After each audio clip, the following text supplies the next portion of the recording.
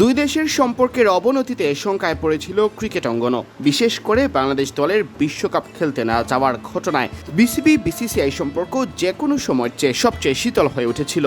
তবে ধীরে ধীরে যেন তা আবারও উষ্ণ হচ্ছে। এবার ভারতের বাংলাদেশ সফরের ৬টি ম্যাচের স্বত্ব বিক্রির জন্য আহ্বান করা হয়েছে দরপত্র। এমন খবর জানিয়েছে ক্রিকেট বিষয়ক সংবাদ মাধ্যম ক্রিকবাজ। এবছরের সেপ্টেম্বরে বাংলাদেশে এসে ৩টি করে ওয়ানডে ও টি-20 খেলার কথা ভারত জাতীয় দলের। বিসিবির দরপত্র আহ্বানের পর মনে হচ্ছে আলোর মুখ দেখতে যাচ্ছে সিরিজটি।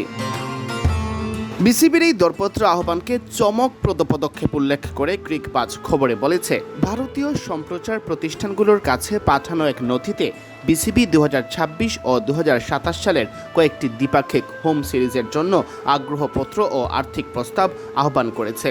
সেখানে 2026 সালে ভারতের বাংলাদেশ সফরের কথা স্পষ্টভাবে উল্লেখ রয়েছে।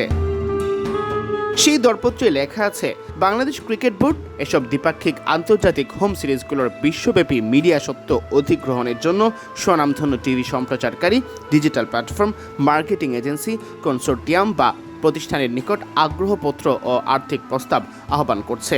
আর বাংলাদেশ ভারত সিরিজ ছাড়াও সেখানে রয়েছে ওয়েস্ট ইন্ডিজের বাংলাদেশ সফর, যেখানে আছে জোড়া টেস্ট। একইভাবে ইংল্যান্ডের বাংলাদেশ সফর, সেখানেও আছে এক জোড়া টেস্ট। আর পাকিস্তানের বাংলাদেশ সফর, যেখানে আছে 5টি ওয়ানডে।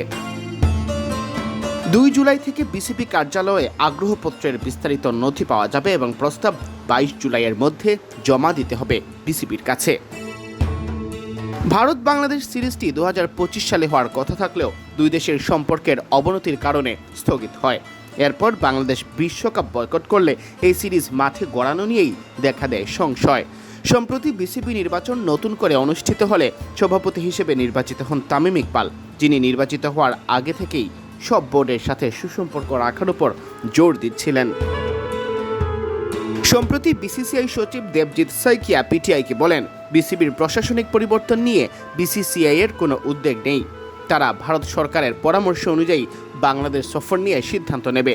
বিসিবির দরপত্র আহ্বানের পর আশা করা যেতেই পারে বাংলাদেশ ভারত ক্রিকেটীয় সম্পর্ক আবারও ফিরে আসবে পুরনো অবস্থানে।